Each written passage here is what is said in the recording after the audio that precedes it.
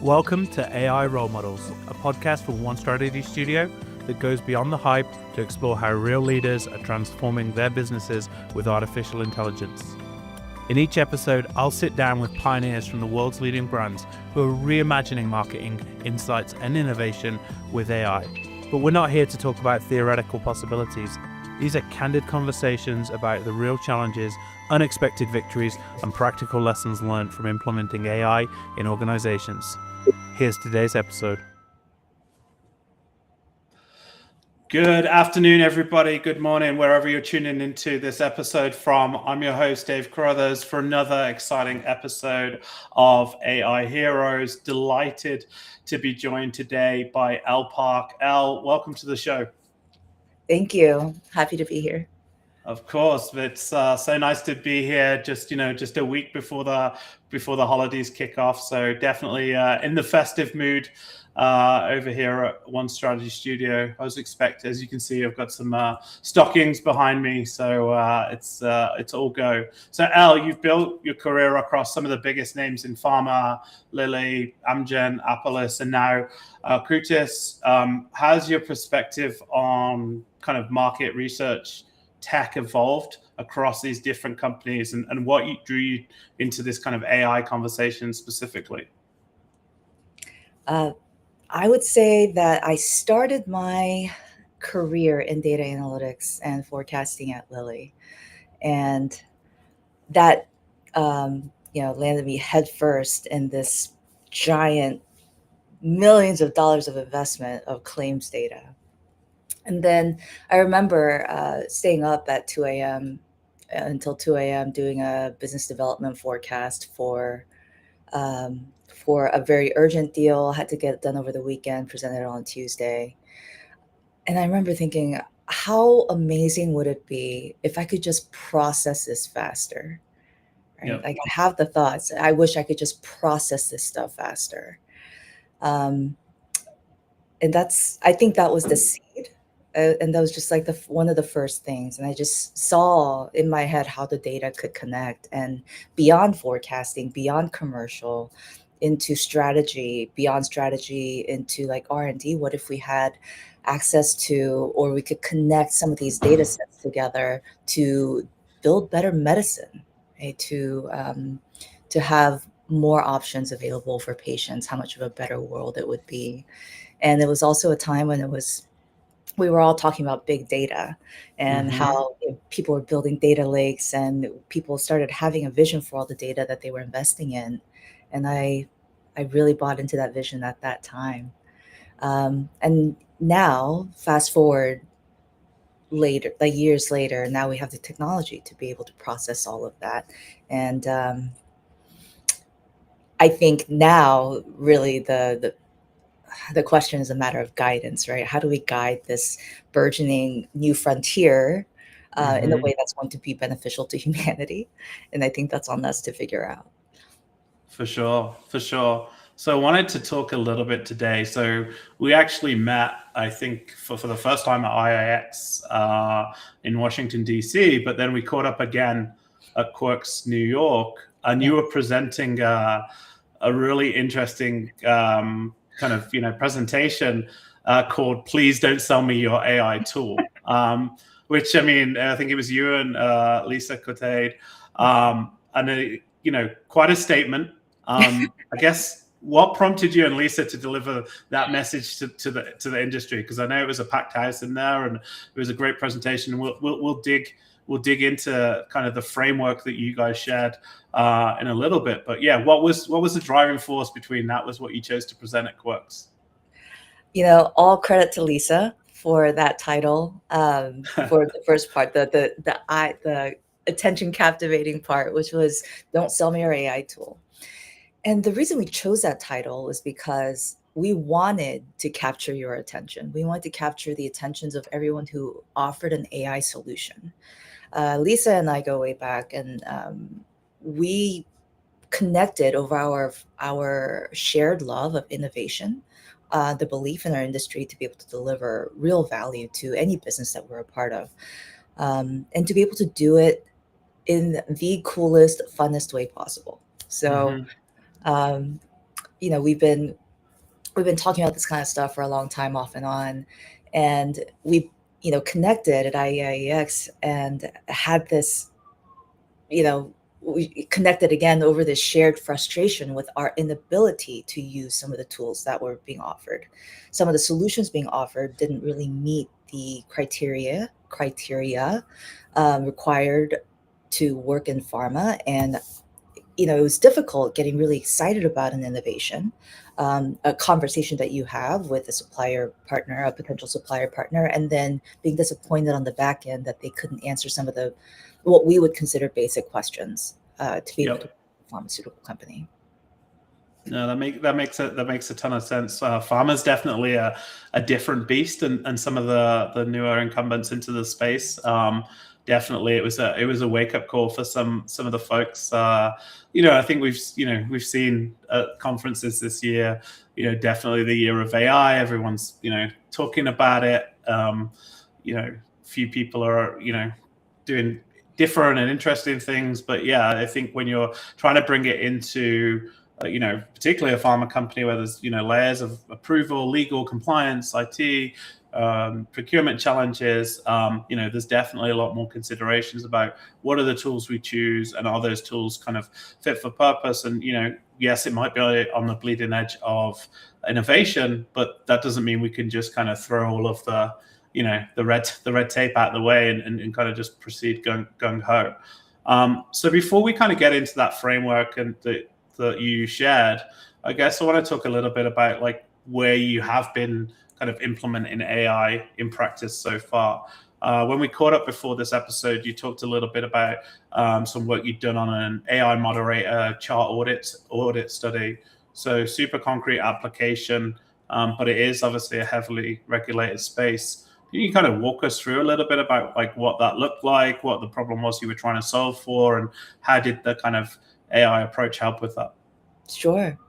So one of the issues with a chart audit study traditionally done is that it's a quantitative instrument, close-ended answers. And we essentially ask the question from the perspective of what the business wants to know. And what ends up getting lost between the boxes, as I like to say, is why they made those decisions, the rationale. And one of the things that we know from, I think, behavioral science and just our knowledge of human beings is that when people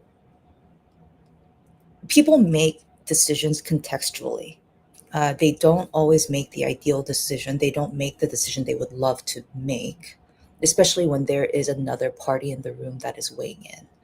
And a lot of the things that we're missing from the chart is what the patient said, or what other information was offered in that space in which that decision was made. And we applied an AI Institute kind of collection methodology that allowed people to talk through the chart, the actual decision that was made, and then talk through why that decision was made. The Gen AI aspect is that they were able to respond in real time, or it was able to respond in real time with follow-up questions that would add depth to the answers that were being given. Yeah, we've seen there's been obviously a lot of development in that kind of AI moderator space, and being able to get to the why and kind of probe in a more human way. Is that something you're seeing more of, this kind of quant qual hybrid approach to kind of research and insights right now? I think it's being pitched. I think it's one of those things that anytime there's a new methodology, you have to have a researcher that's championing that methodology. Yep. People are quite comfortable with not fixing what isn't broken. And the issue there is then when you have a better method, you have the burden of convincing them it's the better method to deliver them, I think, beyond what they can imagine they can receive from a study like that.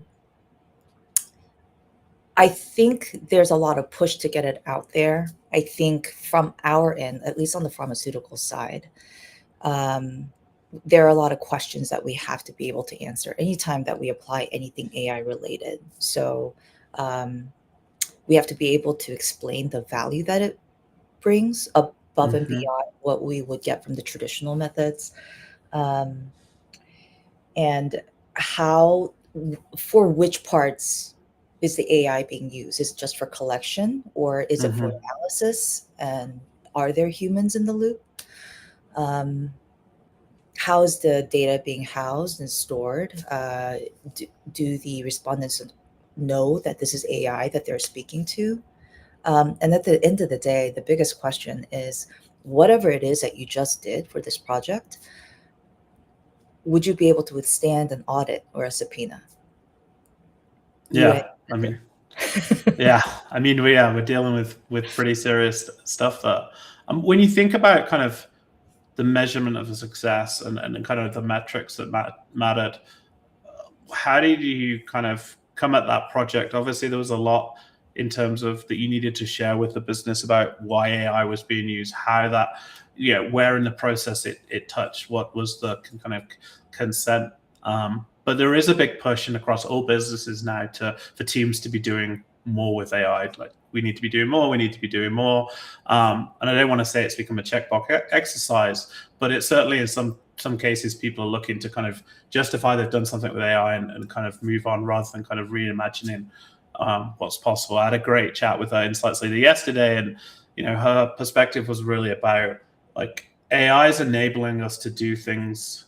AI should be focused on what are the things previously we couldn't do for a variety of different reasons, but that's where it's really going to make a breakthrough. Yes, it can make things 20% better, 30% better here, and that's kind of interesting, but what is the true areas that it kind of breaks through?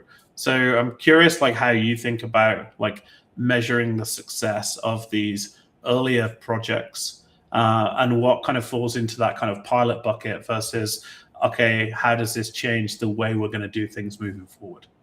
Mm. My rubric hasn't changed since I started my career in insights. Okay. Quality, speed, cost. Yeah. I'm told that you can usually only go for two of three. And I challenge that concept now with AI in tow. Yeah. So if we are able to get 80 responses in a time where we where we could only get 30, I think that's, speed is always an edge. Quality, I think for this case, for example, we were able to gather a lot of context that we would have been otherwise missing.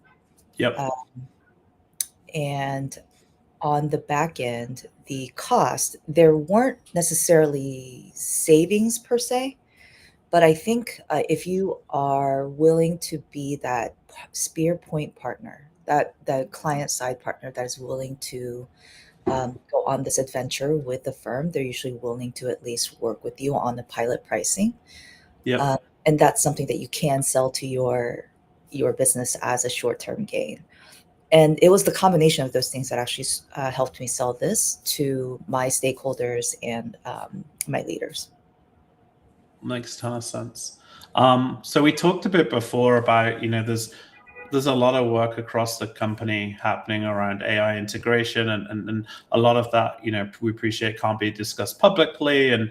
But without kind of going into, like, specifics, can you give, like, listeners a sense of the scope or the ambition of what companies in the pharma space in general are kind of trying to work towards right now?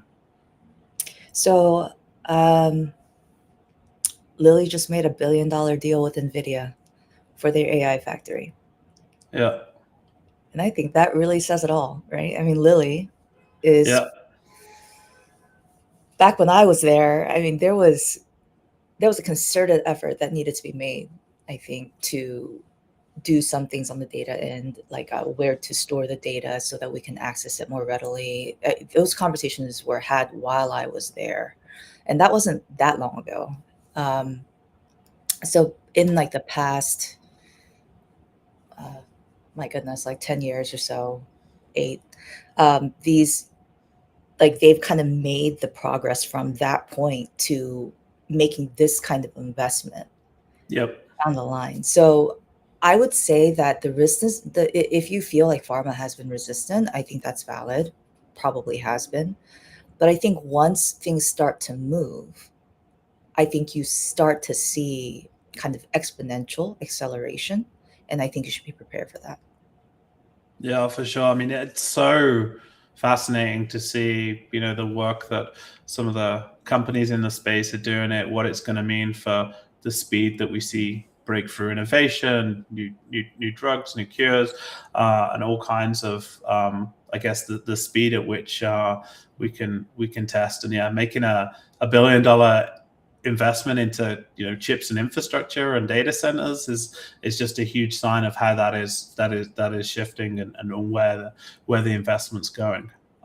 So let's talk a little bit. Let's go back to the presentation from Quirks, the framework that you and Lisa shared. The first thing that one of the things that you outlined was this fundamental mismatch between how agencies see AI and how clients experience it. Agencies see innovation and efficiency, and maybe clients see the hurdles, the real risks, the unexpected demands on time. Like, how do you go about kind of bridging that gap from the client side? As with all things, trust, and trust requires transparency. Mm-hmm. It's the courage to entertain the thought that this partnership may not work out for now, but you Mm-hmm. have to be transparent. And when they're pitching an AI product or an AI solution, I think they're making the sale. They're doing the thing that they've always done, which is come up with something really great and then sell it to the people Yep. who use that product. But with AI, it is because of where it is right now in its development, in the buy-in that you've been able to get from different industries, especially pharma. I think it's more of a partnership that you're seeking. You're seeking a champion within a business who's going to go through all of the internal hurdles to be able to use that tool. And we want to use that tool, right? If we see the value of it, we want to use it. But let's say that you have someone who is less technically savvy. AI is a passion of mine. It has been for a long time, and Mm-hmm. um, I was talking about AI before people thought it would ever be a reality in our lifetime. Um, but let's say that you're speaking with someone who is less savvy or less informed, then you have to actually help them speak to their leadership concisely and effectively about the value of the product. What exactly are you doing for the business, not how cool the product is? I'm not sure that I've seen better examples, and I've seen good examples and bad examples. I've experienced both, but I can see how someone who needed more of that help could fall through the cracks at that stage. And then once the championing researcher is interested, I think um, the conversation needs to be had about, all right, so what are some of the key concerns that your business has in using this tool? Privacy, security, who are the stakeholders in the room that we have to bring in? Do they want to talk to us? Do they want to see it on a slide? And have a plan, a roadmap to gather, like getting that buy-in before you start that Mm-hmm. project. And once they're bought in, the conversation goes much smoother. Also, be understanding of the fact that budget may or may not exist for said project. And especially if you're doing a project like this for the first time with a client, even if it's a client that you've worked with before, I would treat it as a shared risk and Mm. entice and I think partner accordingly, and uh, including considering like cost discounts, because for us it is a risk. And when we say risk, the business has its risk, but when the researcher is pitching this kind of thing forward, it's a risk that they're taking with their career, their brand within the Yep. company. So understand that it's more serious for us than just buying a product. Yeah, for sure. That professional risk, that reputational risk that has been built up over many years is important, and I think that's something that all agencies, vendors in the space often they get so excited about what they've built and their absolute belief in it. That often that kind of empathetic side of selling and understanding that it's more than just writing a check for X dollars. There's more to it than that. From the business's perspective, but also from your champion's perspective is absolutely key. So one of the things that you talked about was like transparency and explainability. Your first question is always, can you explain how your AI reaches its conclusions in plain language? And AI gets put into this like black box, and how did it get there? And it kind of just did. But why is that explainability and transparency so critical in pharma specifically, and kind of what happens when vendors can't clearly articulate this for you? I'll lead with the conclusion first, which is that if you can't explain it, we assume that there is a high likelihood that you're going to miss something important. Yeah. So this is a conversation that I recently had with an internal partner who was asking about this AI project or AI-driven chart audit project.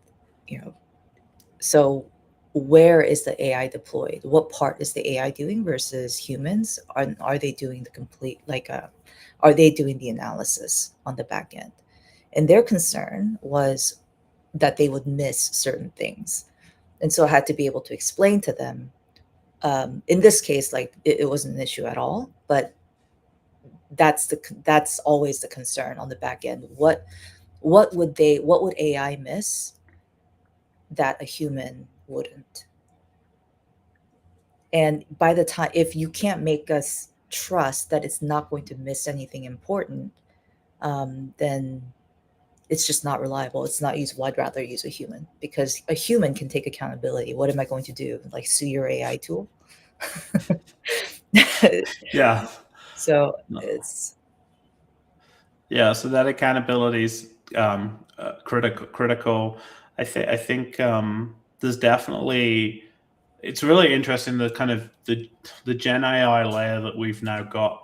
I think does some incredible work, particularly around innovation, white space. But one of my conversations yesterday was very much around, we're really comfortable now using AI where there isn't a definitive right or wrong answer, and it's actually additive to the thinking and a brainstorming partner and kind of bring in wider things. But we still have a lot of hesitation and reservation where there's a binary right or wrong answer, because AI does an incredible job, and we've all seen this, of making you believe that it's definitely got to the right answer. And many times it has, and that there's hallucinations, or it's willingness or want to kind of tell you what it wants you to believe, is definitely evolving and improving over time with each iteration of the model. But we're still seeing this again and again, as where kind of leaders are kind of comfortable and not comfortable. Thinking about, oh, sorry, I'll go on. If I may add just a little bit to Yeah. that, I think what would be advisable to do, just understanding a little bit about how some of these things get developed. I think a lot of the tools right now are kind of that the things that would potentially displace like a junior researcher, the person who would be writing up summaries based on desk research they've done, or an executive summary paragraph or something like that, just to streamline like the hundreds of slides that we receive. And what I like to do whenever I get my hands on a new tool is try to break it. Yeah. I like to see where it fails. It tells me a lot about whom I can entrust with this tool, because if I need someone who is good at prompts to be able to use this tool, that's of a certain value. If I can throw like a contractor at it and then be like, How go, about it? Yeah. have Go. at Yeah. it, go get what I Yeah. need, regardless of how used to Gen AI you are, then that's of a different value. Yeah. So I'm like, if all these demos that I've done, if the engineers were to take a look, they would probably be like, this woman knows nothing about Gen AI. She has terrible prompts, and it's because Yeah. I actually try to use terrible prompts that somebody unknowing of the space would try to Yeah. use to get what they need. And then it tells me how much you understand people, how much your AI understands about how they ask things, especially in this space. And it tells me kind of how it, and the results that I received tells me how it connects the dots and pulls the data and where it goes to look. Yeah. Um, yeah, and I So, think so anyone with a tool out there that needs before it robustly testing, make sure it gets, send it across to Elle. Elle, I'm curious, you talked about, of the various demos you've done, tools you've tested. Give us a sense of like how often your email inbox is being hit up with a new tool to test. Like, how do you, because I'm sure like on your side of things, you're getting pitched left and right with every tool under the sun. Like, how are you, what is it that, how many of those tools have you looked at, and kind of what is the difference between, something piquing your interest and just kind of putting in the seen it before category? Yeah, I'd say that I try to look at everything that people pitch. I mean, why not? I would, I want to learn, and I want to know what's out Curiosity, right? I mean, there. that's the key. Exactly. I want to test everything. I am unfortunately limited by time. Um, and so I have to do a little bit of screening in terms of like the 5 questions that I ask. It gives me a sense of how mature your tool has the potential to be before I even demo it. Because if I like it, I'm going to bring it to my leadership. I'm going to go talk to people with it. But I don't want to be going out talking about a tool that I can't ultimately use. Yep. So I asked the questions, and then of those, I'd say about 40% I demoed. And I have purchased a seat on one tool. Okay. Mhm. Okay. So yeah, that's Yeah.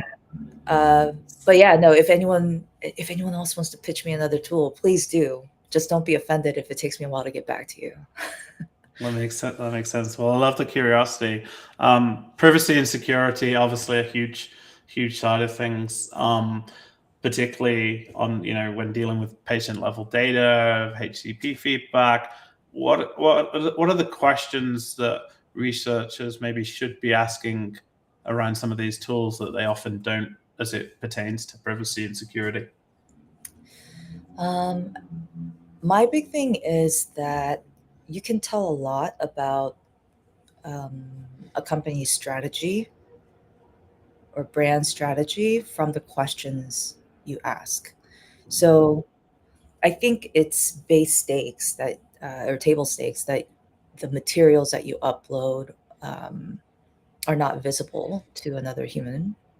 But I think it's also important that another person can't see the questions you ask.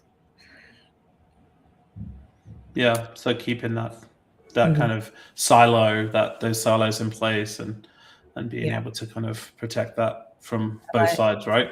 exactly. And I'm also, the other one would be to uh, do some testing, some heavy testing of the tool first. So the answers you already know.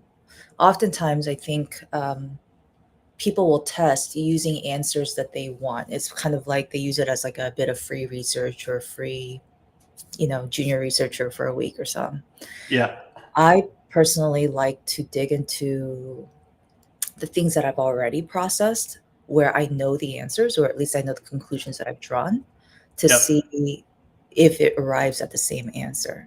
And then I compare and contrast how it got to that the answer and how it got to that answer. Because at the end of the day, when you use it, you have to be able to trust that Of course. it will arrive at the correct and most optimal conclusion, best available knowledge. And in your experiences with some of those side-by-side tests that you've run, have you been, and the fact that you've only been able to kind of, you've demoed 40% and you've only bought one of those tools so far, does that speak to a disconnect between the results you saw when you were there? Was that the leading reason of kind of not moving forward? Was it something else? I'm just curious as to when you do that side-by-side test, how often are you seeing comparable results that make you feel comfortable about that tool? That was the primary reason. Sometimes like it didn't reference again, using prompts that the layperson would use, or potentially like a junior researcher would use. It wasn't even referencing the documents that I asked it to reference, for example. Yeah. Or it wasn't picking up on any of the like the charts in the PowerPoint. It was only picking up on the headlines, like the text that was in the slide, where it was like represented to me that it actually looks at the full slide, right? Yeah. And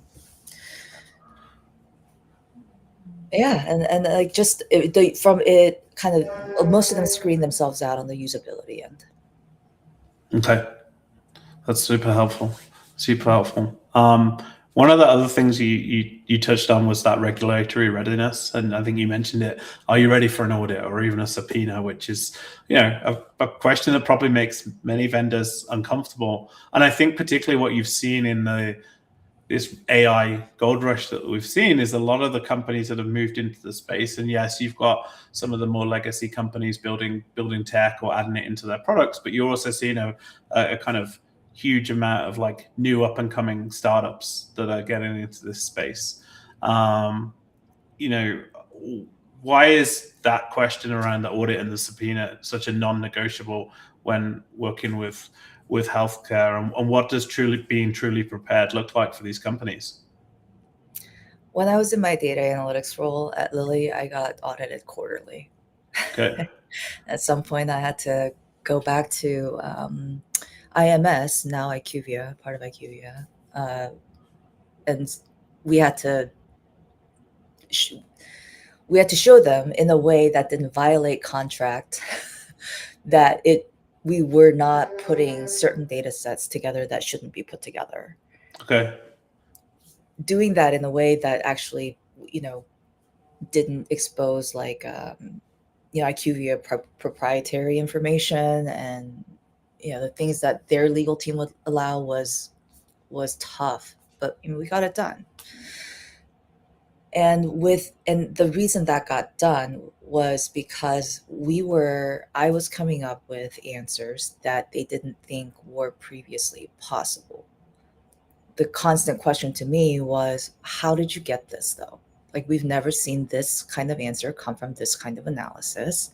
And we don't know how you would have possibly known this without, connecting to consumer data that you're not allowed to do, or like connecting, making a person identifiable. We don't know how we would have gotten this answer. And so I had to go through, like, be very transparent with my methodology, the business rules that were used, even the data set, like how it was de-identified from the start. So there was no way that I would ever know.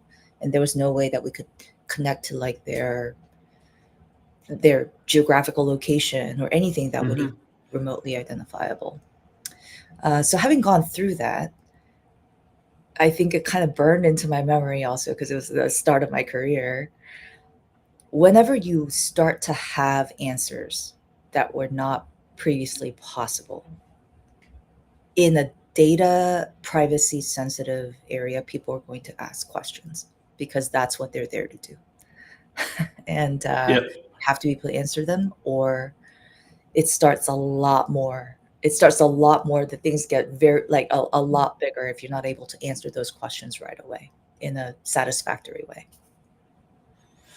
Yeah, there's definitely, something that some of these companies that are more at an early stage, I think, are under prepared for. And again, kind of, I think that's why you often see very few of these truly really early stage companies start with healthcare as a vertical. They'll have aspirations to get into that vertical and to expand into it, but it does take a certain level of maturity from a company perspective, from an infrastructure, data sec, and all of those things. You also touch on kind of the consent side of things. The presentation talks about how we're all patients, super powerful reminder. How does that kind of perspective shape how you think about AI and respondent data? And I guess, what's your approach to ensuring participants kind of understand and consent to the AI involvement in their data? Obviously something, it sounded a lot more futuristic maybe a couple of years ago. Now, many of us are using AI in our daily lives, things like that. So do you see, have you seen resistance from patients and participants on that? How is that changing the consent side of things? I'd say that I don't see it directly, but it wouldn't surprise me to get that pushback. I mean, there are people who are uncomfortable sharing their data at all, right? Yep. So that goes to show that if we were to add AI to it, they'd be even more vehemently against that. And I think that is their right. I Well, I say I think, but I know it's their right because it's my right. And Mm-hmm. my ethics drive me to treat their rights as I do my own. It's something that I'm personally passionate about. I think it's about, if we're coming up with technology and the justification for the amount of investment that we make into technology and innovations is for not just for growing wealth, but also for the betterment of humanity, Yep. then as a pharmaceutical company, we are intrinsically tied to the outcome of the patient, and I think it's something that we have to be very mindful of, and we need to behave in such a way that reflects that philosophy. um, so I guess the way I approach it is through clear consent, not a consent form full of language that they don't understand, but whenever I am involved, like as I was in when I was at Apellis doing rare disease, trying to convince rare disease patients to share their experience with us, I was very clear about how their data would be handled. How like what the information they were providing us with, or rather how that information would be used. Yep. Um, you know, I believe I behaved ethically, and that actually helped with our recruitment quite a bit. We got people into recruitment who had been very resistant to market research before because of that approach. And I take that same approach to AI. This is a trust building exercise.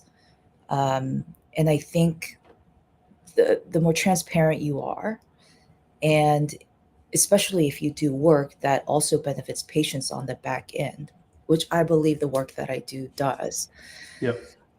and they actually start to see it in real life, that trust will build, and then they will become less resistant to participating in something that is going to potentially help them.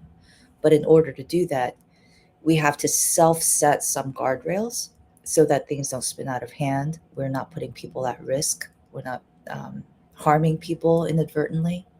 I think that's something that I put on myself. I can't speak for other people, but that's me.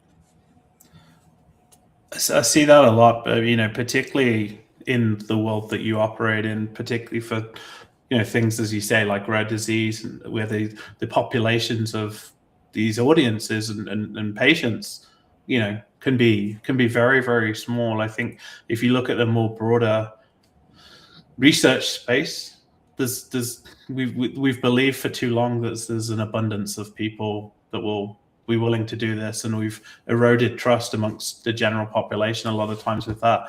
I think farmers have never had that luxury of having, hundreds of millions of people to go after to help with insights on that. So I think it's right that there's more rigor applied there. I wish more rigor would have been applied maybe in other industries as well. But I guess the one thing you do benefit from is the fact that all of your work is focused on helping people that are suffering with similar challenges, and therefore there's more meaning to the work for participants than coming up with a new flavor of toothpaste or coffee alternative or whatever. So yeah, it's a really interesting kind of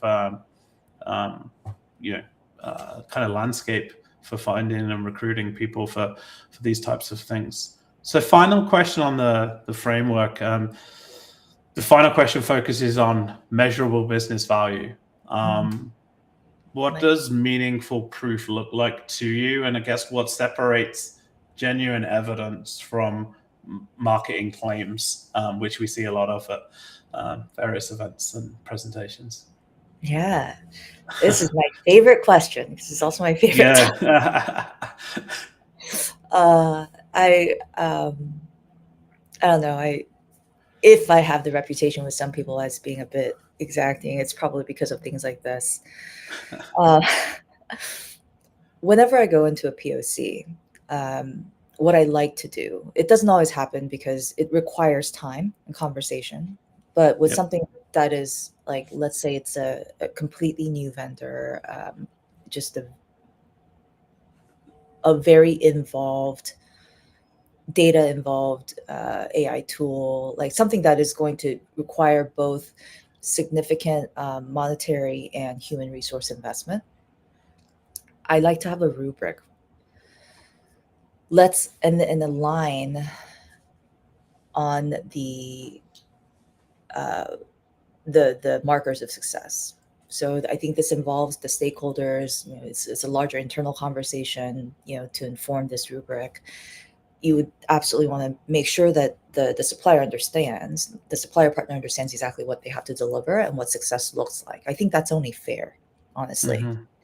And it's a proof of concept. If it doesn't go well, the one thing you can get out of it is supposed to be learning. And I think with very clear markers for success, prospectively set, helps you do that. It helps you learn exactly where you could do better and what additionally would have made this a home run project. Yeah, and with that rubric, what are some of the categories you have on that rubric? Does it vary for each project? Is it more customized? Yeah, so it's more customized on a project by project basis as to how you want to evaluate. Exactly, because the project, there's a different, what does great look like for each project? So it's basically quantifying or kind of outlining what great looks like in a quantifiable way.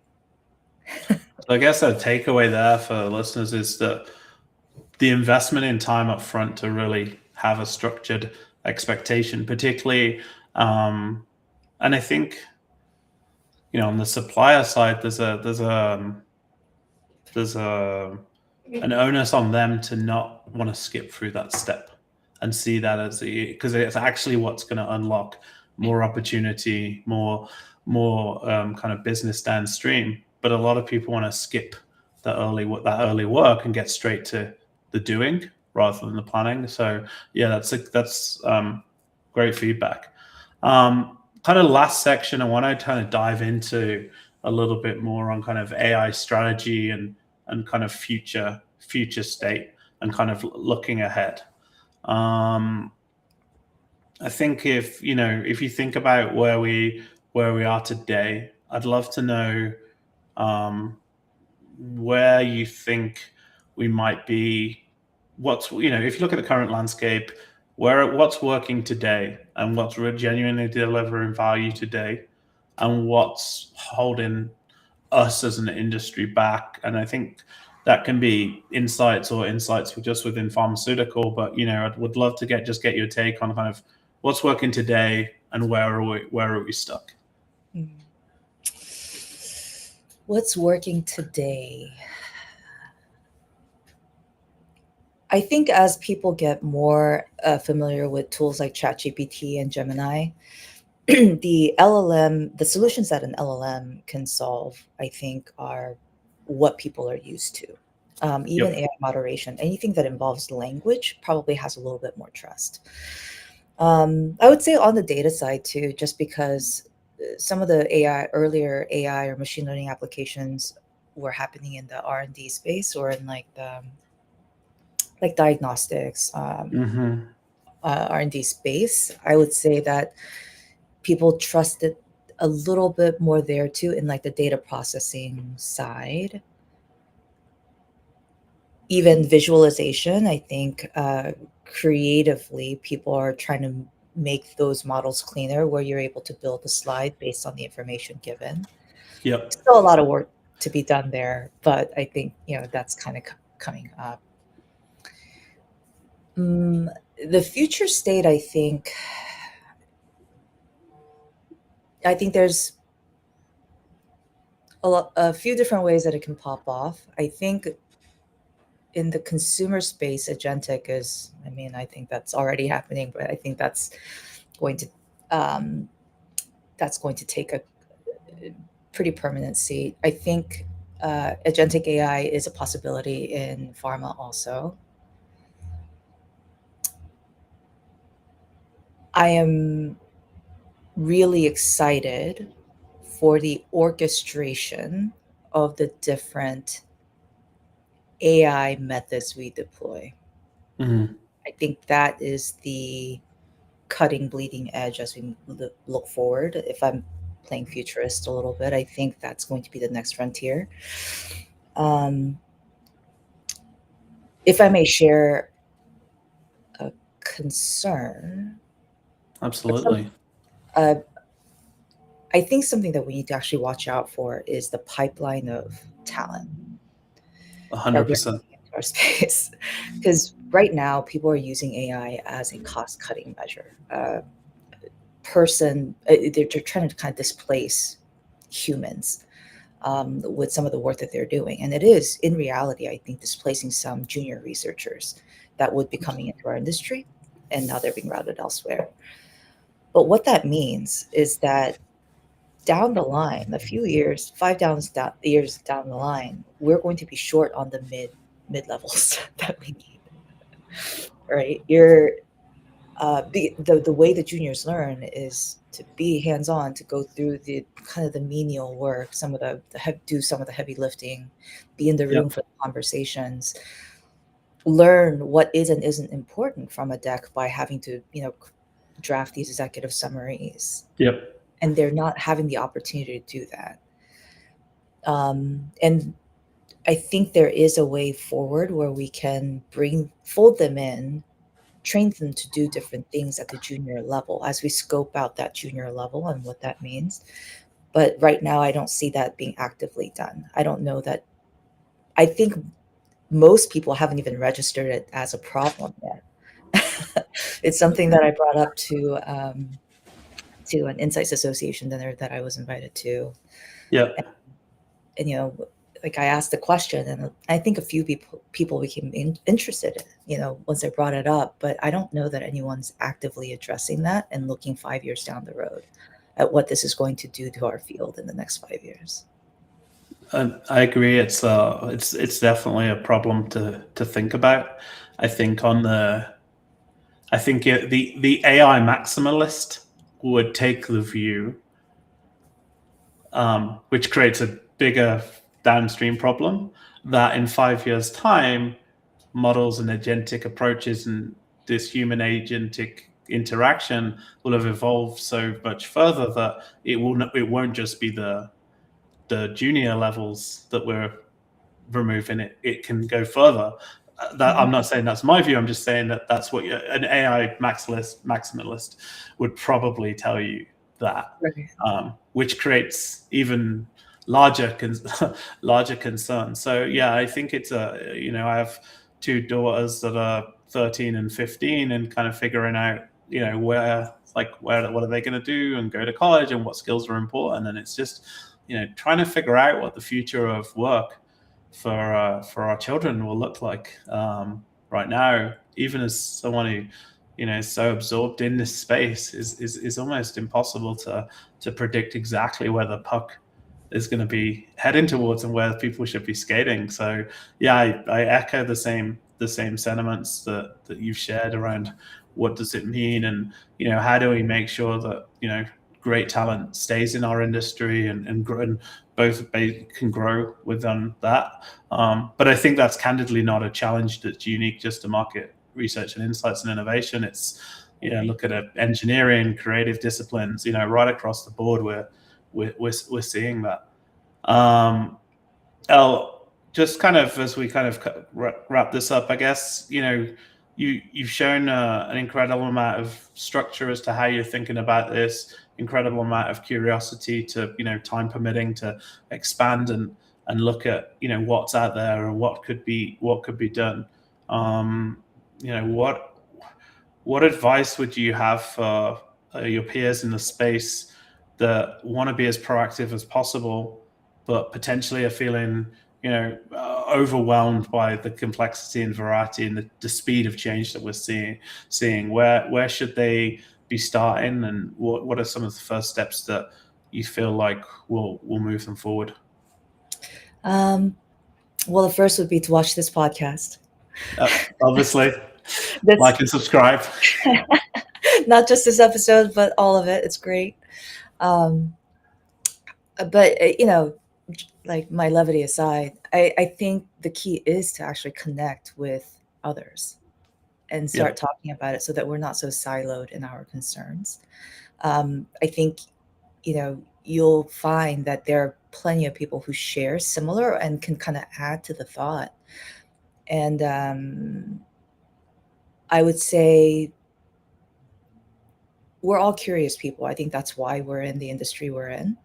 Of course, yeah. And sometimes it's difficult to make room for that curiosity when we have so much to execute. I personally have been going to more conferences lately to connect with people actually presenting at some of them.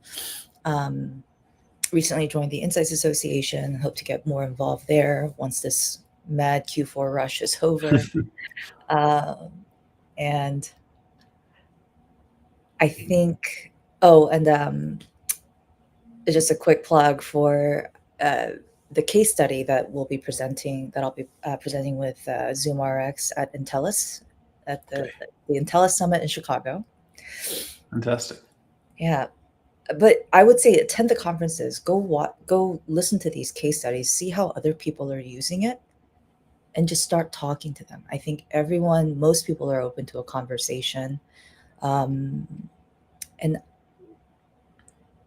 I would find ways to get excited about the inevitable change that is happening, and then figure out what part you want to play in that. I've decided my part is going to be an innovator. I want to be on the cutting edge, and mostly because I want to help drive where it goes and also where it doesn't go, to a place where this is one of those tools that has the potential for great harm, and I want to prevent that. And you can really only do that if you're not following. You have to be there for the conversations that would set the direction and the trajectory. Yeah, exactly. That set the trajectory. Perfect. Yeah. And so if you're concerned, be there. Don't shy away from it. That's not the answer. That's fantastic advice. I love this. Get excited about the possibility and where you can have most impact.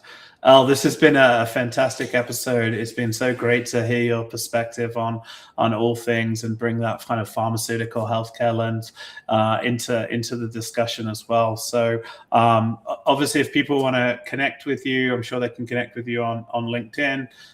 Just look up Elle Park. And just thank you again from the team here at One Strategy. Wishing you a great holidays, and hopefully connect again in person at a conference soon.